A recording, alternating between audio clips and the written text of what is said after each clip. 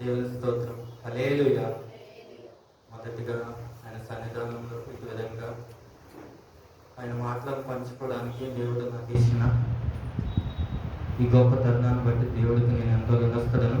అలాగే ఈ అవకాశం ఇచ్చిన దైవజనులకు నా వందనాలు. కూడి వచ్చిన దేవుని పిల్లలందరికీ నా వందనాలండి. పరిశుద్ధ గ్రంథం నుంచి ప్రకటన గ్రంథం 7వ అధ్యాయము 14వ వచనం నుంచి ఒకసారి 17వ వచనం వరకు చదవండి.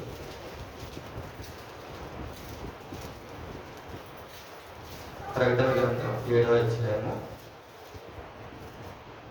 14వ వచనం ఒకసారి చదువుతాను. అందుకు నేను అయ్యా నీకే తెలియననగా అతడు ఇలాగు నాతో చెప్పెను, వీరు మహాశ్రమల నుండి వచ్చిన వారు గొర్రెపిల్ల రక్తములో తన వస్త్రములను ఉదుపుకొని వాటిని తెలుగు చేసుకుని. చాలండి. ఇక్కడ ప్రకటన గ్రంథంలో మనం చాలా వాక్యాలు చూస్తే దేవుని రాకడకు అది ఎలా సమీపిస్తుంది, ఎలా ఆ రాకడ మనం ఎదుర్కొంటాము, ఆ రాకడిని ఎదుర్కొన్నప్పుడు మనకు సంభవించబోయే సంగతులు ఏంటి అని చాలా స్పష్టంగా బయలుపరుస్తుంది. అలానే దానిలో ఒక్క మాటను ఈ రాత్రికాల సమయంలో నీకు నాకు దేవుడు బయలుపరచాలనుకుంటున్నాడు.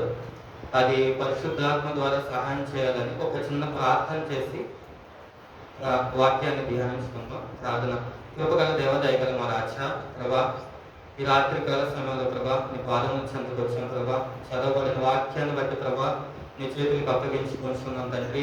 ఎస్ఐ ఈ వాక్యం ద్వారా ప్రభా మాతో ఏం మాట్లాడాలనుకుంటున్నావు ప్రభా. ఎస్ఐ నన్ను నీవే నీ సిలువ చాటును మరుగుపరిచి ప్రభా నీ పరిశుద్ధాత్మ సహాయం ద్వారా ప్రభా మాతో మాట్లాడి ప్రభా మమ్మల్ని బలపరిచి ప్రభా ఎటు విధంగా ప్రభా మేము నీ మార్గంలో నడుచుకోవాలో, ఎటు విధంగా ప్రభా నీతో నడవాలో ప్రభా నీ కార్యాలు మా జీవితాల్లో ప్రభా నీ పరిశుద్ధాత్మ ద్వారా జరిగించి నీవే మహిమ గంట ప్రభావం పొందుకోమని నజరేయుడైన యేసునామములో అడివేడుకొని పొందుకున్నాం తండ్రి. ఆమేన్. ఈ వాక్యాన్ని చూస్తే ఇది ఎక్కడ ఈ సంభాషణ జరుగుతుందంటే, దేవుడు ఆయన సింహాసన ఆసీనుడై ఉండగా ఆయన దగ్గర దేవదూతలు పెద్దలు 4 జీవులు ఆయన చుట్టూ నిలబడి ఉండగా ఒక తెల్లని మహిమ వస్త్రములు ధరించుకున్న కొంతమంది వ్యక్తులు ఆ పెద్దలు కనిపించినప్పుడు ఆ పెద్దలు యోహాను గారిని అడుగుతున్నారు అనమాట. ఏమనంటే, ఈ వ్యక్తులు ఎవరు, ఈ తెల్లని వస్త్రాలు ధరించుకున్న వారు వీరెవరు అని యోహాను గారిని అడిగినప్పుడు అప్పుడు మీకే తెలిసిన పెద్దలతో చెప్పినప్పుడు పెద్దలు చెప్తున్నారు అనమాట యోహాను గారితో. ఏమనంటే, వీరు మహాశ్రమల నుండి వచ్చిన వారు. ఎవరు? తెల్లని మహిమ వస్త్రములు ధరించుకునే వారు. ఎవరు? ఆ దేవుని గొర్రెపిల్ల రక్తంలో కడగబడిన వారు. అంటే నాకు ఈ వాక్యం చదివినప్పుడు అనిపించింది, మనం ఎప్పుడు చదువుతూనే ఉంటాం ఈ వాక్యం, మహాశ్రమలు మహాశ్రమలు అంటే దేవుని రాజ్యంలో ప్రవేశించిన వారు శ్రమల గుండా ప్రవేశిస్తేనే ఆయన రాజ్యంలో ప్రవేశిస్తారా అని అంటే దేవాది దేవుడే చెప్పుచున్నాడు. ఏమనంటే యేసు ప్రభు గారు మనకి మత్తయి సువార్త 16వ అధ్యాయం 24వ వచనాన్ని ఒకసారి మనం చూసుకుందామండి. మత్తయి సువార్త. యేసు తన శిష్యులను చూసి, ఎవడైనాను నన్ను వెంబడింపగోరిన ఎడల తన్ను తాను ఉపేక్షించుకుని తన సిలువను ఎత్తుకుని నన్ను వెంబడింపవలెను. చాలండి. అంటే ఆయన వెంబడించాలంటే మనం అందరం ఏం చేయాలి? మన సిలువను ఎత్తుకుని ఆయన వెంబడించాలి. సిలువ దేనికి సాదృశ్యం అండి? సిలువ అనగా ఏంటి? శ్రమ. అంటే దేవుని వెంబడించాలన్నా మనం శ్రమల గుండా పయనించవలసి ఉంది. ఇక్కడ దేవుని రాజ్యంలో మనం ప్రవేశించాలన్నా శ్రమల గుండా ప్రవేశించవలసి ఉంది. అంటే ఇక్కడ నాకు అనిపించింది, దేవా అసలు ఈ శ్రమలు ఎందుకు, అసలు ఈ శ్రమలు ఎలా వస్తాయి, అసలు శ్రమలో మనం ప్రవేశించకపోతే దేవుని రాజ్యంలో ప్రవేశించలేమా అని అంటే ప్రవేశించలేము. అక్కడ దేవుడు స్పష్టంగా అక్కడ బయలుపరిచాడు. ఎందుకని బయలుపరిచాడు అంటే, ఒక వ్యక్తి క్రీస్తులో జీవిస్తున్న వ్యక్తి ఖచ్చితంగా ఆ శ్రమల మార్గంలో పయనించాల్సి ఉంది. ఖచ్చితంగా తన సిలువను ఎత్తుకుని దేవుని వెంబడించిన వారే ఆ శ్రమల మార్గంలో పయనిస్తారు. పయనించిన వారు మాత్రమే ఆ మహిమ వస్త్రాన్ని ధరించుకుని దేవుని యొక్క గొర్రెపిల్ల రక్తంలో కడగబడి ఆయన ఎదుట నిలబడటకు యోగ్యులు, అర్హులు అని పరిశుద్ధ గ్రంథంలో తేటగా రాయబడి ఉందండి. సో మనం ఈ లోకంలో జీవిస్తున్న మనము మరి ఈ ప్రకారం మనం చూసుకుంటే దేవుని రాజ్యంలో ప్రవేశిస్తామంటారా? ఒక క్వశ్చన్ అందరికి. అంటే నిజంగానే దేవుడు రాకడా ఈ దినమే, ఈ క్షణమే వస్తే కనుక ఒకవేళ నిజంగా మనం దేవుని రాజ్యంలో అడుగు పెట్టగలుగుతామా? నిజంగా మనం దేవుని గొర్రెపిల్ల రక్తంలో కడగబడిన వారమైనా? నిజంగా ఆ మహిమలో మనం నిలబడటకు మనం యోగ్యులమైనా? అసలు మనం ఆ మహిమ వస్త్రాన్ని ధరించుకున్న వారమైనా? ఆ తెల్లటి వస్త్రాలు మనం ధరించుకున్న వారమైనా? ఒకసారి మనం జ్ఞాపకం చేసుకుందాం. ఈ రాత్రికాల సమయంలో దేవుడు ఈ క్షణాన్ని మనకి ఎందుకు ఇచ్చాడంటే, ఒకవేళ ఈ క్షణమే, ఈ రాత్రి దేవుడు అక్కడ వస్తే కనుక మనం విడవబడే వారి వలె ఉండకూడదు. నేను ఒకసారి ఒక వీడియో చూస్తానండి. ఆ వీడియో చూసిన తర్వాత నాకు చాలా అంటే ఆనందం వేసింది, భయము వేసింది. ఆ వీడియో ఏమై ఉందంటే, వాక్యం ఇలానే విత్తబడతానే ఉంది. దేవుని సంఘంలో ఇలానే జనమందరూ కూర్చునే ఉన్నారు. దేవుడు రాకడ ఎలా వస్తుందండి? రెప్పపాటున వస్తుంది. అలానే రెప్పపాటున వచ్చింది. ఆ పక్కన ఉన్న వాళ్ళు చాలా మంది మిస్ అయిపోయారు, కానీ కొంతమంది విడవబడ్డారు. విడవబడిన వాళ్ళు ఇంకా అప్పుడు ఏం చేయగలుగుతారు? ఏం చేయలేరు. వాళ్ళు మోకలు వేసి ఏడుస్తున్నారు. కానీ ఏమైంది? ఆల్రెడీ దేవుని రాకడ వచ్చేసింది. ఎత్తబడిపోయింది సంఘం. కానీ ఎత్తబడిపోయిన సంఘంలో కొంతమంది మిగిలిపోయారు. ఈ రాత్రికాల సమయంలో పరిశుద్ధాత్ముడు మీతో నాతో మాట్లాడేది ఏంటంటే, ఆయన ఎందుకు ఆ రక్తాన్ని చిందించాడంటే, నీవు నేను విడబడకూడదు, నీవు నేను ఇలానే ఉండిపోకూడదు. ఆయన రాకడ వస్తే ఖచ్చితంగా ఆ మహిమ వస్త్రంతో ఆయన సింహాసనం ఎదుట ధైర్యంగా నిలబడడానికి ఆయన పరిశుద్ధాత్ముడు ఈ రాత్రికాల సమయంలో నీతో నాతో మాట్లాడుతున్నాడు. ఆయన రక్తంతో ఒక్కసారి మనం మన పాపాలను జ్ఞాపకం చేసుకొని ఆయన శ్రమలను అనుభవించే మనకి ఆయన రక్తాన్ని చిందించాడు. ఆయన రక్తాన్ని చిందించకపోయి ఉంటే కనుక ఈ రాత్రికాల సమయంలో నీవు నేను ఇక్కడ కూర్చునే వారం కాదు, నిలబడే వారం అంతకన్నా కాదు. ఎందుకనంటే మనకి ఏ యోగ్యత, అర్హత లేదు. చాలా మంది అంటే నాకన్నా ముందుగా వాక్యాన్ని పంచుకున్నారు. నేను ఆ వాక్యాన్ని పంచుకోవడానికి ముందుగా నేను ప్రతి దినము అసలు ఈ శ్రమ దినాలు స్టార్ట్ అవ్వక ముందు నుంచే, దేవా ఒకవేళ నన్ను నిలబెట్టుకుంటే నువ్వు నాతో ఏం మాట్లాడతావు అని చెప్పి నేను ప్రతి దినము ఆలోచించుకుంటూ ఉన్నప్పుడు నాకు చాలా దేవుడు నా గొప్ప గురించి నేను చెప్పట్లేదు, కానీ దేవుడు ఇచ్చిన తలంపులు చెప్తున్నా. దేవుడు ఇచ్చిన తలంపులు ఏదైతే ఉందో ఆ మాట ఇక్కడ ఆల్రెడీ విత్తబడేది. దేవా మరి నేను నెక్స్ట్ మళ్ళీ ఏం చెప్పాలి? నేను అనుకున్న న్యాయం గురించి చెప్దాం అనుకున్నా. అసలు దేవుడు అంటే మనం ఈ లోకంలో జీవిస్తున్న మనం అందరి గురించి, అందరి పట్ల న్యాయం తీర్చాలని చూస్తాం. మనం పరీక్షించుకోము. అసలు న్యాయం తీర్చడానికి మనం న్యాయవంతులమా? అసలు మనుషులు ఎవరైనా నిజంగా న్యాయంగా ఏదైనా ఒక్క మాట అయినా పలుకుతారా? లేదంటే ఒక్క వ్యక్తిగా నిజంగా న్యాయంగా ఎవరైనా న్యాయం తీర్చగలుగుతారా? అసలు సుప్రీం కోర్టులు కాదు, హైకోర్టులు కాదు, ఎన్నో కోర్టులు ఉన్నాయి కదా, ఒక్క కోర్టు కూడా న్యాయం తీర్చలేదు. చాలా మంది వ్యక్తులు అంటే వాళ్ళు తప్పు చేయకుండానే ఈ లోకంలో శ్రమను అనుభవించిన తర్వాత తీర్పు వచ్చిన తర్వాత అంటారు ఆ వ్యక్తి ఏం తప్పు చేయలేదు. ఆల్రెడీ ఆయన శ్రమను అనుభవించేశాడు, ఆ శిక్షను అనుభవించేశాడు. కానీ దేవాతి దేవుడు మాత్రం న్యాయవంతుడు. ఆయన ఒక్కడే న్యాయం తీర్చుటకు అర్హుడు. ఆయన అంటాడు కదా, న్యాయం తీర్చుటకు అసలు నువ్వెవరు? నిజంగానే మనం ఎవరు? అలానే దేవుడు సంతోషం గురించి, అలాగే నిజంగానే మన ఆత్మలు సిద్ధంగానే ఉన్నాయి, కానీ శరీరాలు మాత్రం బలహీనంగా ఉన్నాయంట. శరీరాలు ఎంత మాత్రం సిద్ధంగా లేవు. దేవుని రాకడ వస్తే ఎత్తబడటకు శరీరాలు సిద్ధం. అలాగే చాలా విషయాలు దేవుడు ఈ 28 దినాలు మాట్లాడి, దేవుడు ఈ రాత్రికాల సమయంలో దేవుడు అంటే వాళ్ళని అటు విధంగా దేవుడు వాడుకున్నందుకు కూడా నేను ఎంతగానో సంతోషించి ఆయన స్తుతిస్తున్నాను. అలాగే ఈ రాత్రికాల సమయంలో మనతో మాట్లాడే మాట శ్రమల గురించి. అంటే ఈ లోకంలో జీవిస్తున్న మనం శ్రమలు వస్తాయా? అసలు ఆ శ్రమలు వస్తే ఎట్టి విధంగా వస్తాయి? ఒకవేళ మన పితరులు ఎవరైనా అట్టి శ్రమలు అనుభవించారా? అనుభవించిన తర్వాత ఏం జరిగింది? దేవుడు ఏం చేశాడు అని చెప్పి ఈ రాత్రికాల సమయంలో మనం ఒక్కసారి వాళ్ళని జ్ఞాపకం చేసుకుందాం. మనకి దేవుడు శిష్యులతో మాట్లాడుతున్నాడు. కొండ మీద ప్రసంగం చేస్తున్నప్పుడు ఒకసారి చూద్దాం. మత్తయి సువార్త 5వ అధ్యాయము 10వ వచనంలో ఒకసారి మనం చూస్తే దేవుడు శిష్యులతో మాట్లాడతాడు. ఏమని చెప్తాడంటే, నీతి నిమిత్తము హింసింపబడువారు ధన్యులు, పరలోక రాజ్యం వారిది. నా నిమిత్తము జనులు మిమ్మల్ని నిందించి హింసించి మీ మీద అబద్ధముగా చెడ్డ మాటలలో పలుకున్నప్పుడు మీరు ధన్యులు. సంతోషించి ఆనందించండి, పరలోకమందు మీ ఫలము అధికమగును అని చెప్పి దేవుడు వాళ్ళకి చెప్పాడు. ఏమని చెప్పాడు? నీతిగా నివసిస్తున్నప్పుడు ఖచ్చితంగా హింసలు వస్తాయి. అంటే మనం నీతిమంతులం అంటే కాదు, కానీ మనం మళ్ళీ ఇంకొక మీకు ఒక క్వశ్చన్ రావచ్చు. అంటే మేము శ్రమలు అనుభవించి ఆ శ్రమల ద్వారా రక్షణ పొందుకోగలుగుతామా అంటే లేదండి. ఆల్రెడీ దేవుడు మన కోసం శ్రమలను అనుభవించేశాడు. ఆల్రెడీ ఆయన అనేక శ్రమలను అనుభవించి ఆ శ్రమల ద్వారానే మనకి ఏం చేశాడు? రక్షణ అనుగ్రహించాడు. కానీ ఆయన ఇచ్చిన రక్షణలో మనం కొనసాగాలంటే కొన్ని శ్రమలు అనుభవించవలసి వస్తుంది. ఆయన ఇచ్చిన ఆ నీతి అనే వస్త్రాన్ని మనం ధరించుకున్నప్పుడు కొన్ని శ్రమలు అనుభవించవలసి వస్తుంది. ఆయన ఇచ్చిన ఆ నీతి అనే వస్త్రాన్ని ధరించుకున్న మనము ఆత్మతో నింపి నడుస్తున్నప్పుడు కొన్ని శ్రమలు అనేది మనం అనుభవించవలసి వస్తుంది.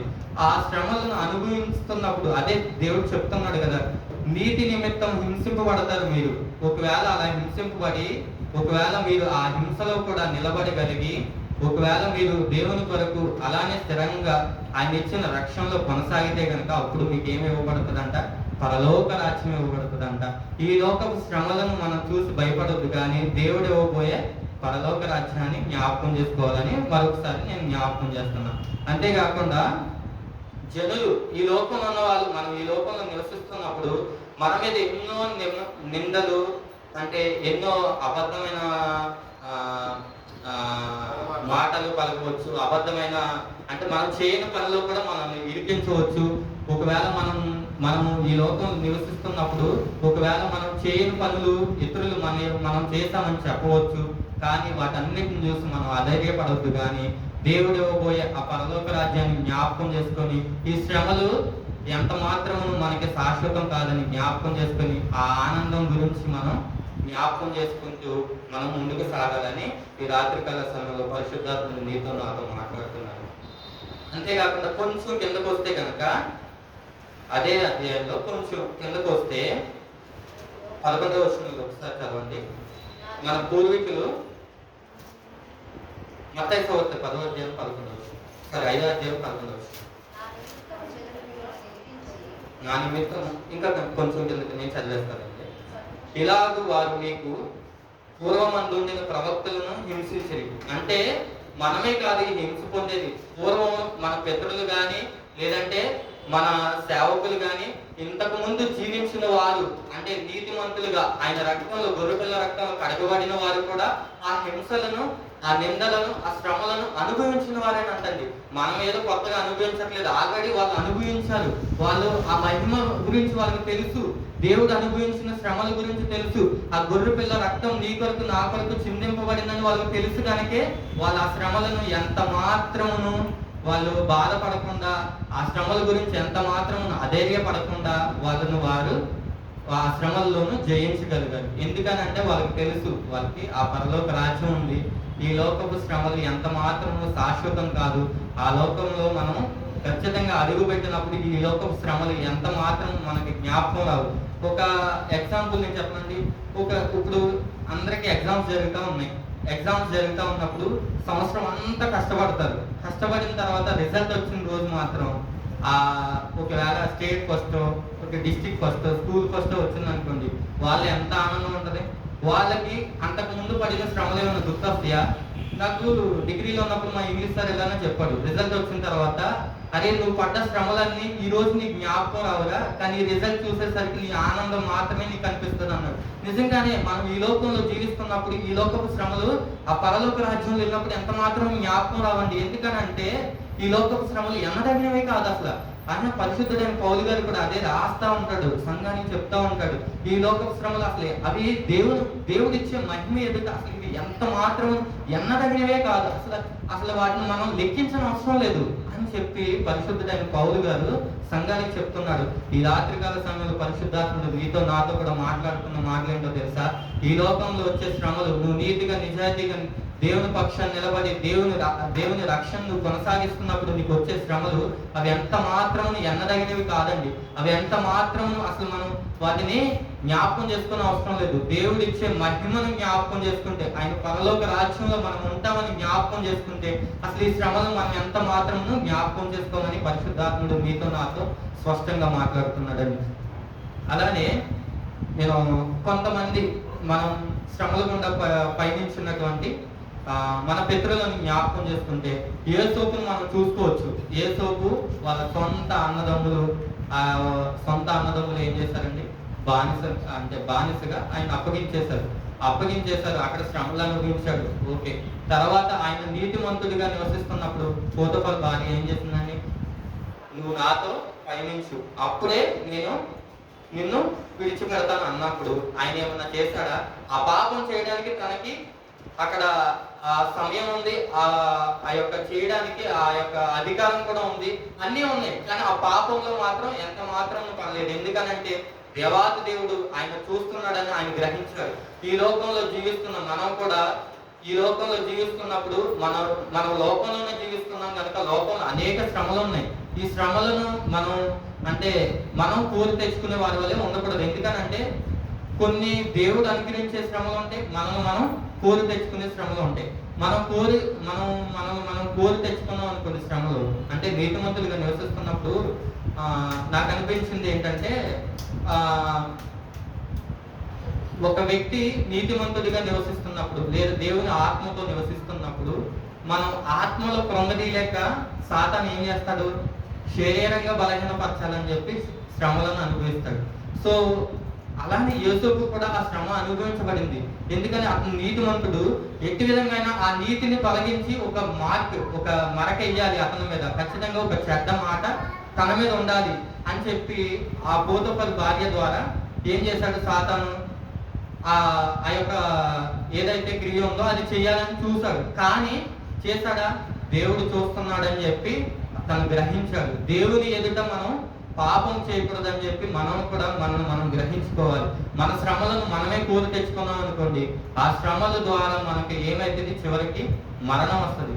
అందుకే పరిశుద్ధ గ్రంథంలో రాయబడి ఉంది కదా, పాపము పరిపక్వమై మరణానికి దారి తీస్తుంది.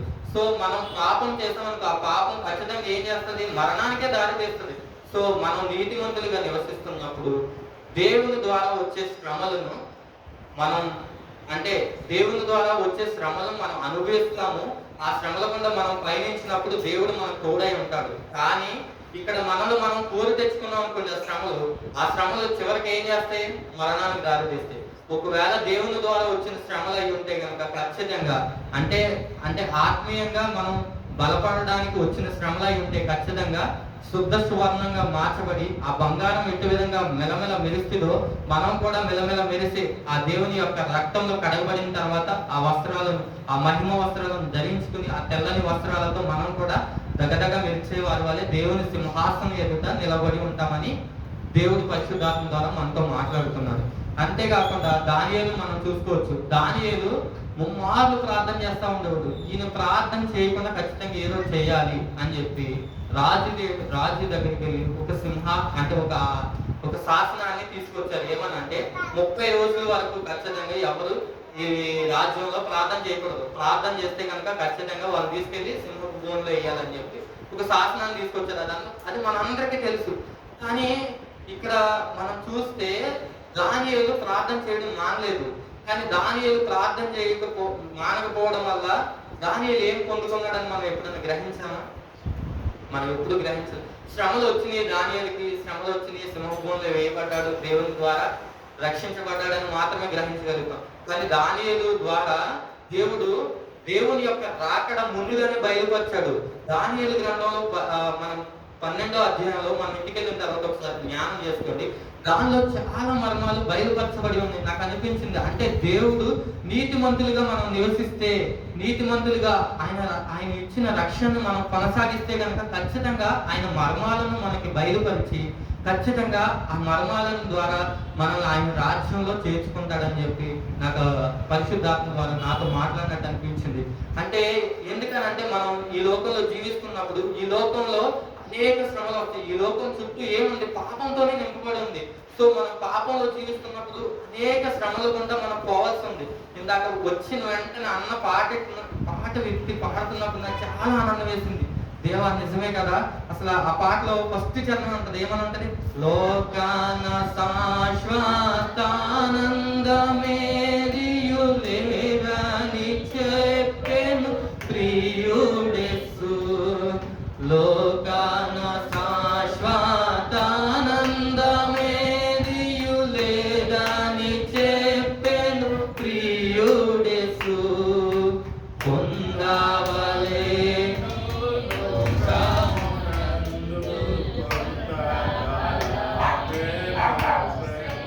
అంటే ఈ లోకంలో మనం ఖచ్చితంగా కొంతకాలం శ్రమలను అనుభవించాలి. అంటే మనం శ్రమలను అనుభవిస్తేనే అప్పుడు పరలోకంలో చేర్చబడతాం. అది వ్యక్తులు ముందుగా ఎందుకు రాస్తారంటే వాళ్ళందరూ ఇవి అనుభవించారు, ఆ శ్రమల గుండా వాళ్ళు పయనించారు, వాళ్ళు అనుభవపూర్వకంగా రాస్తున్నారు. అందుకే పరిశుద్ధ గ్రంథంలోనే రాయబడి ఉంది ఏమని? మన ప్రవక్తలు వారు హింసింపబడ్డారు, వాళ్ళు కూడా అదే మార్గంలో నడుచుకున్నారు, పయనించారు. అందుకనే మనకి వాళ్ళ అనుభవపూర్వకంగా రాసిన ఈ మాటలను మనం చూడొచ్చు. అంతేకాకుండా దానియేలు తర్వాత మనం చూడొచ్చు, యోబు గారిని కూడా చూడొచ్చు, పౌలుని చూడవచ్చు. వాళ్ళందరూ శ్రమలను అనుభవించిన వాళ్ళే, వాళ్ళందరూ ఆ శ్రమల గుండా పయనించిన వారే. వాళ్ళు అనేక శ్రమలను అనుభవించిన తర్వాతే ఆ మహిమ కిరీటాన్ని, ఆ పరలోక రాజ్యాన్ని పొందుకున్నారు అని చెప్పి మనం చూడొచ్చు.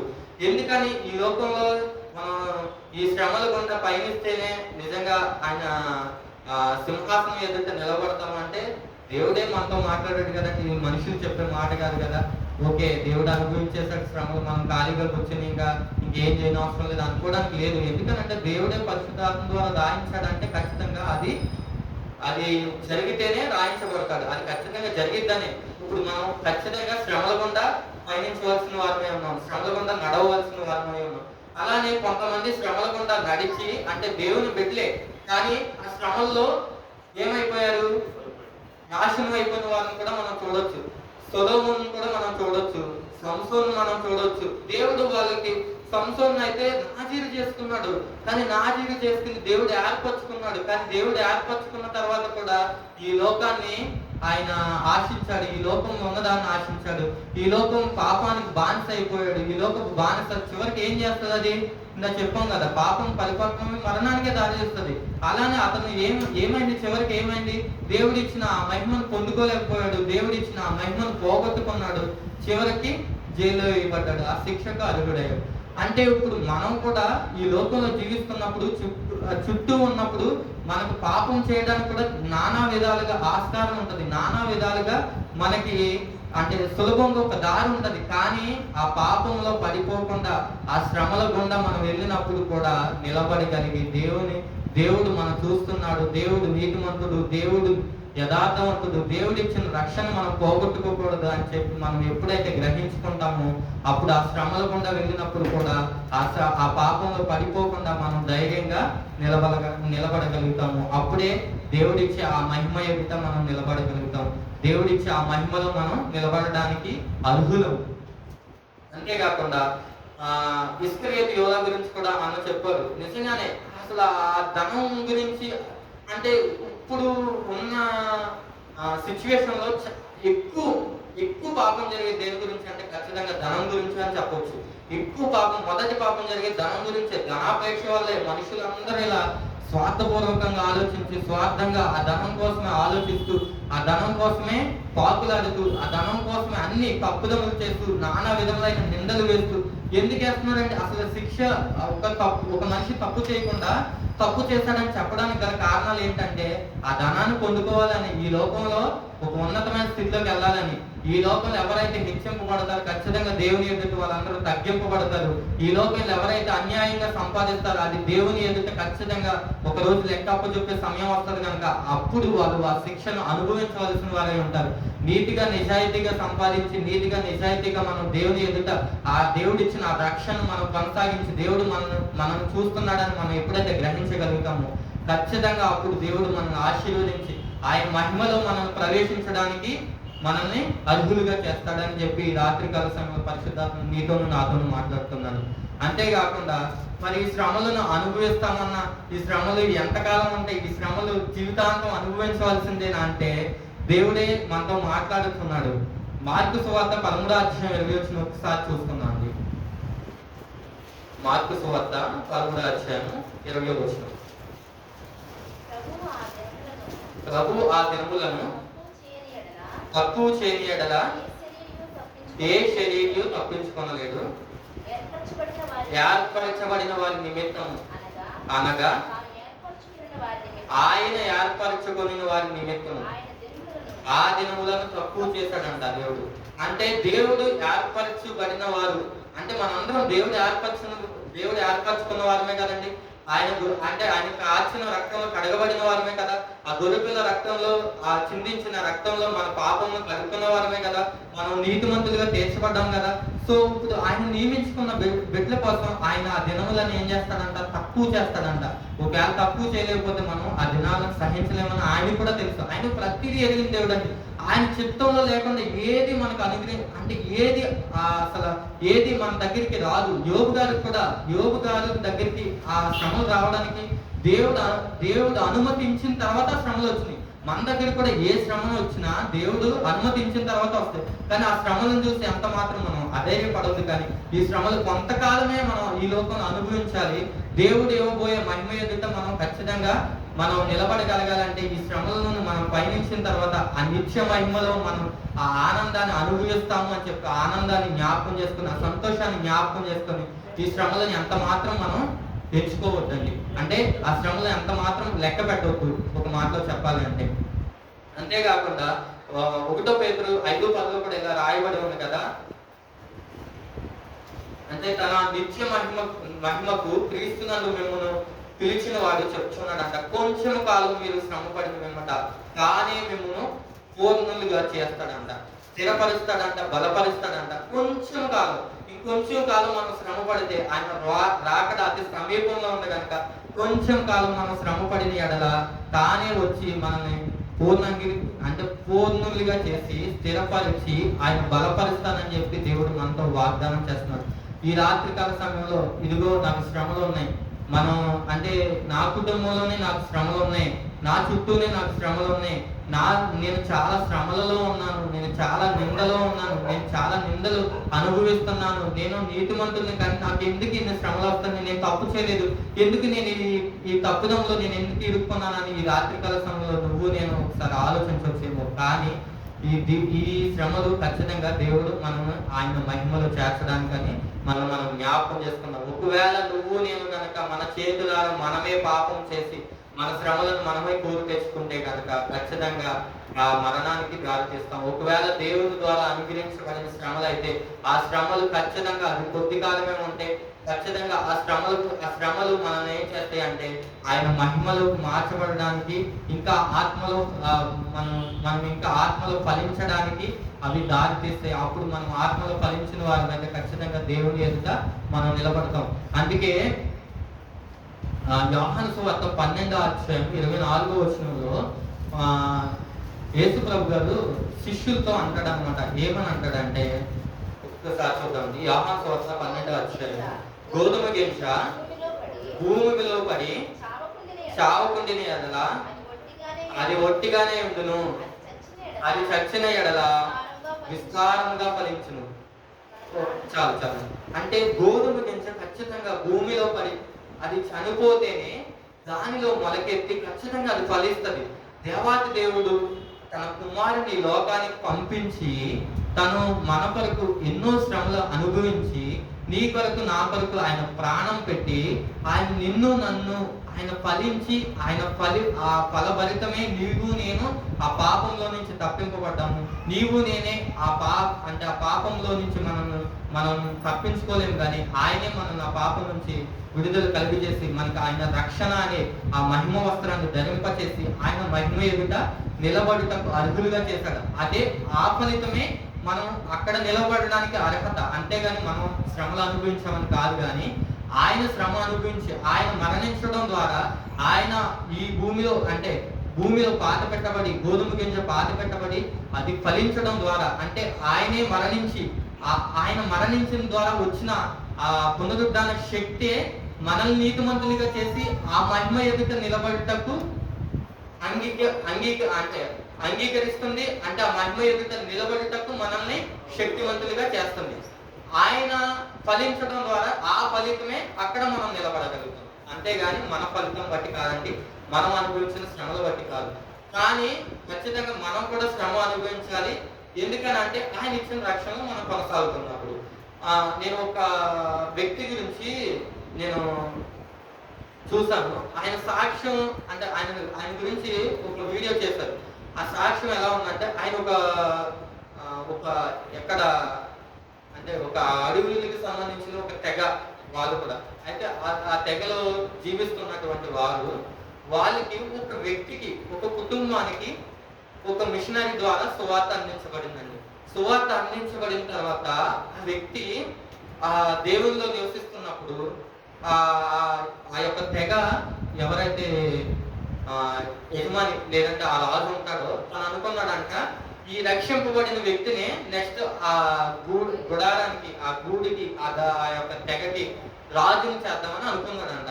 అనుకుంటే ఇతను ఏం చేస్తున్నాడు, దేవుని నమ్మి ఆయన యొక్క రక్షణ కొనసాగిస్తా ఉన్నప్పుడు ఆ రాజు చూస్తాడంట. ఎందుకనంటే, నువ్వు ఏదో కొత్తగా దేవుని నమ్ముకున్నావంట కదా, ఏదో కొత్తగా వింతగా చేస్తున్నామంట, ఈ మధ్యన ఎందుకు మన యొక్క గూడికి మన యొక్క ఈ తెగకి సంబంధించిన కార్యక్రమాల్లో దేంట్లో పాల్పొందట్లేదు ఎందుకని అని చెప్పి అతను అడిగినప్పుడు తను చెప్తాడు, లేదు మనం చేసేదంతా తప్పే, మనం ఇతరులను శిక్షిస్తున్నాం, ఇతరులను చంపేస్తున్నాం, మనం ఎవరిని మరణించడానికి శిక్షించడానికి మనం అర్హులు కాదు, మనం ఇలా చేస్తే కనుక ఖచ్చితంగా మనం అగ్నిగుండంలో పాడవేయబడతాం అని చెప్పి ఆ రాజుకి చెప్పినప్పుడు, నువ్వే నాకు సలహా ఇస్తావా అని చెప్పి వాళ్ళ కుటుంబాన్ని మొత్తాన్ని తీసుకెళ్ళి వాళ్ళ కుటుంబాన్ని శిక్షించుతారండి.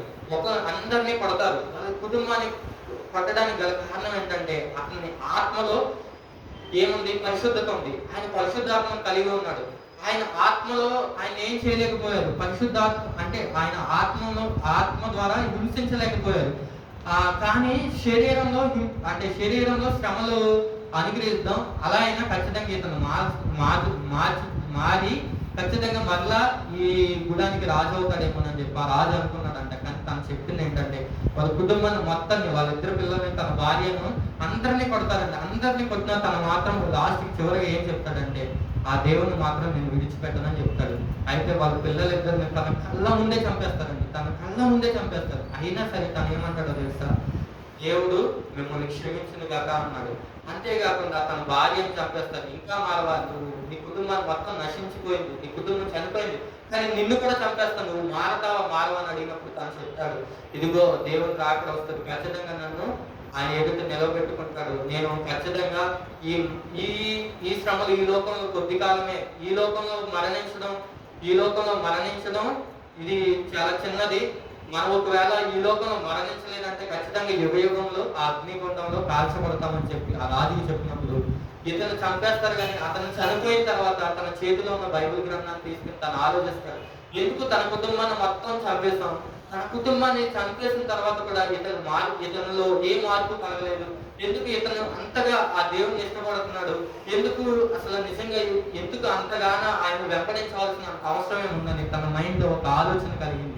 దేవుడు ఎందుకు అంటే ఈ శ్రమల గుండా అతను పయనింపజేస్తాడంటే, అదిగో ఆయన చనిపోయిన తర్వాత ఆ గోధుమ గింజ ఆ భూమిలో విత్తబడిన తర్వాత ఆ ఫలితమే ఆ గూడంతా మార్చబడిందంట, ఆ యొక్క రాజ్యం అంతా మార్చబడిందంట.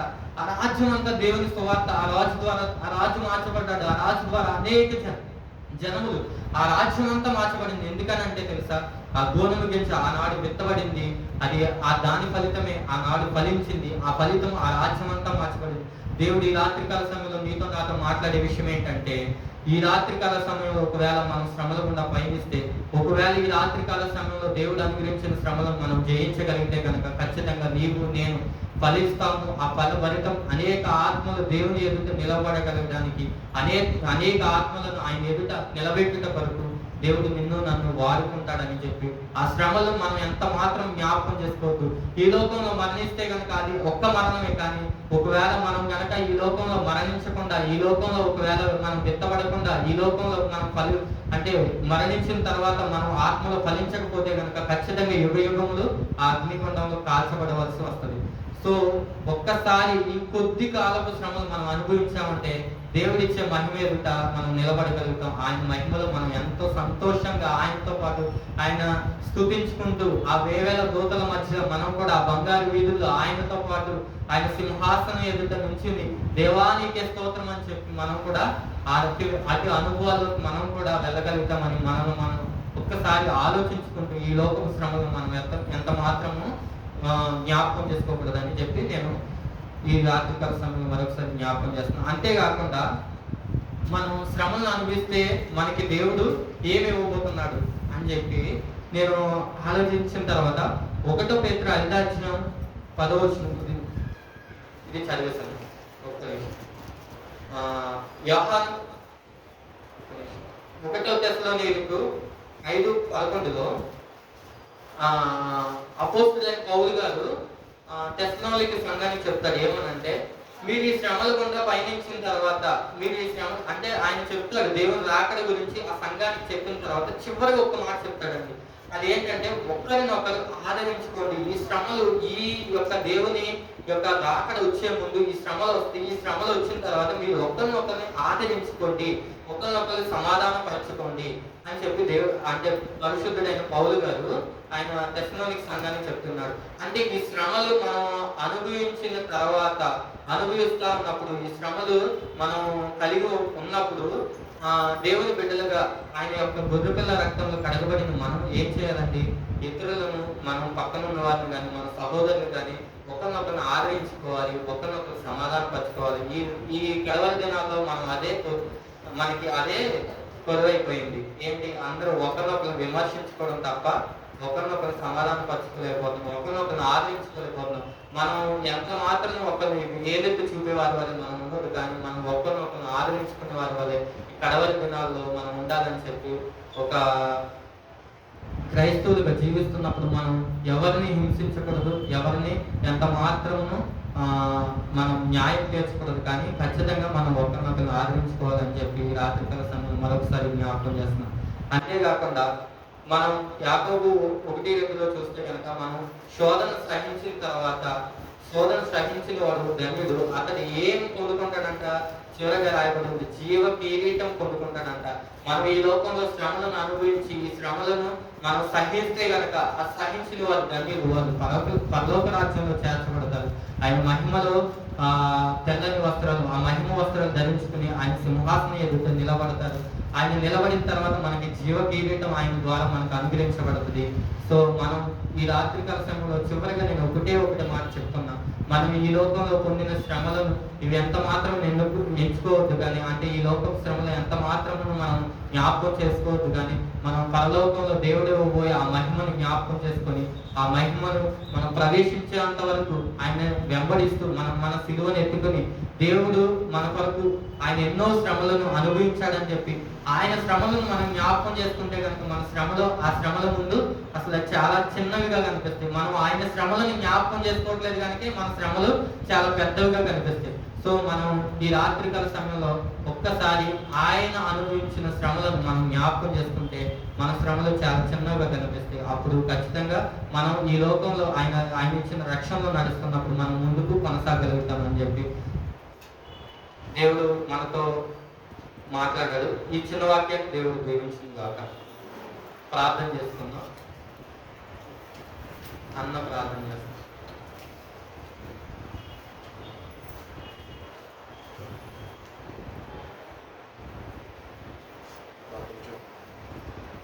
చేసుకుందాం. పరిశుద్ధుడా ప్రేమ కలిగిన సేవకులైన ఈ సమయంలో ప్రభావ ఈ వాక్యమునైనా మాకు చేసిన విధానం స్తోత్రాలు ప్రభావ మీకు మాటలైనా సూచన మరుగుపరిచిన కొన్ని విషయాలనైనా మరొకసారి మేము మాకు జ్ఞాపకం చేశారు ప్రభా. ఈ లోకంలోనైనా నీ కొరకునైనా మేము శ్రమపడడానికి పిలువబడ్డమనైనా నీ కొరకునైనా మేము జీవించడానికి నైనా మీరు మమ్మల్ని ఏర్పరచుకున్నారని ప్రభా నీ వాక్యం ద్వారా మాకు తెలియపరిచిన విధానం బట్టి మీకు స్తోత్రాలు ప్రభా. ఈ లోకపు శ్రమలను చూసి మేము కృంగిపోకుండా ప్రభా మీరు అనుభవించిన శ్రమలనైనా మేము జ్ఞాపకం చేసుకోవడం ప్రభా. పునరుద్ధాన శక్తి ఆత్మ బలంలో పొందుకుంటూనైనా ఈ లోకాన్ని ఎదుర్కొనే కృపను మా ప్రతి ఒక్కరికి దయచేయండి ప్రభా. కుమార్తెనైనా మీరు నిలబెట్టుకున్నారు ప్రభా, బలపరుచున్నారు ప్రభా. అటు రీతిగా మీ కుమార్తె ద్వారా మాతో మాట్లాడిన ప్రతి ఒక్క మాటను బట్టి మీకు వందనాలు ప్రభా. ప్రతి ఒక్క బిడ్డనైనా వాక్యం విని ఉండాలి ప్రభా. ప్రతి ఒక్క బిడ్డనైనా వ్యక్తిగత జీవితాల్లో ప్రభా ఎక్కడ వాళ్ళు కృంగిపోతున్నారో ఎక్కడ వాళ్ళనైనా నీరసగిల్లిపోతున్నారు ప్రభా. ఒకసారి బిడ్డలు మీరు జ్ఞాపకం చేసుకోండి, బిడ్డలు మీరు లేవనెత్తండి ప్రభా. మీరు సిలువ చాటునైనా బిడ్డలైనా మీరు బలపరచమని అడుగుతున్నాం తండ్రి. బిడ్డలైనా మీరు బలపరచండి ప్రభా. ఈ లోక శ్రమలు కాదు కానీ ప్రభా మీ శ్రమలు చూస్తూ ప్రభా మీ శ్రమలనైనా ధ్యానిస్తూ ప్రభా ఆ శక్తిని నేను సిల్వ నుంచి పొందుకునే వారిగా ప్రభా వాళ్ళని పునరుద్ధాన శక్తితో నేను నింపండి, నీ ఆత్మబలంతో నింపండి ప్రభా. మీ అందరైనా సంపూర్ణ విశ్వాసం వ్యతిరేకత కలిగినైనా నీ రాజ్యానికి నైనా ముందుకు కొనసాగాల ప్రభా. బిడ్డలకినైనా మీరేనైనా మీరు నేర్పించండి, బిడ్డలు మీకు తోడుగా ఉండమని అడుగుతున్నాం తండ్రి. విన్న వాక్యాన్ని నైనా మీరు కట్టి ఫలింప చేయండి. వాక్యాన్ని విడిచిపెట్టక ప్రభా వాక్యాన్ని తిరిగి మళ్ళీ ఒక్కసారి నేను నెమరు వేసుకుంటూ ప్రభా జ్ఞాపకం చేసుకుంటూ ప్రభా నీ సిల్వను ధ్యానిస్తూ ప్రభా. ఆ సిల్వ గురించి సువార్త నశించిన వారికి వెరితనం పొందగలి ప్రభా. రక్షింపబడుచున్న మాకు దేవుని శక్తి అయి ఉన్నదని ఆ శక్తిని నేను ఎటు రీతికి మేము పొందుకోవాలి ప్రభా. మా జీవితాన్ని మేము ఒక్కసారి ఈ సిల్వ యుద్ధమైనా మేము సరి చేసుకోవాలి ప్రభా. ఆ శక్తితో నింపబడే కృపను ప్రతి ఒక్కరికి మేము దయచేస్తున్నాము. పిల్లలైనా వచ్చి ఉన్నారు, తిరిగి వెళ్ళుచుంటారు ప్రభా. నీ సమీపానికి మీరు తోడుగా ఉంచండి. ఇంకా జరగబోయే దినాల్లో ప్రభా ఇంకా అనేక విషయాలు మీరు మాతో మాట్లాడి ప్రభా ఆత్మీయ స్థితిలో మమ్మల్ని బలపరిచి ప్రభా మీ ఎదుట నిన్న రైతులుగా ప్రభా ఇతర రీతిగా నిలబడాల ప్రభా. మీరు మాకు సహాయం అనుగ్రహించి మా జీవితాల ద్వారా మీరే ఘనత మహిమ ప్రభావాలు పొందుకుంటున్నాం. మన ఇచ్చిన శ్రేష్టమైన సమయాన్ని బట్టి మీకు వందనాలు చెల్లిస్తూ మీకే మహిమ ఘనత ప్రభావాలు ఆరోపిస్తున్నాయినా యేసయ్య పరిశుద్ధ నామములో ఈ ప్రార్థన అడిగి వేడుకుంటున్నాం పరమ తండ్రి. యేసు రక్తమే చేయి, సిద్ధ రక్తమే చేయి ప్రభు, యేసు రక్తమే సంపూర్ణ విషయం వారికి లేకుండా ప్రతి నాశనం యేసయ్య పరిశుద్ధ నామములో స్తుతి స్తోత్రం కలుగును గాక. ఆమేన్.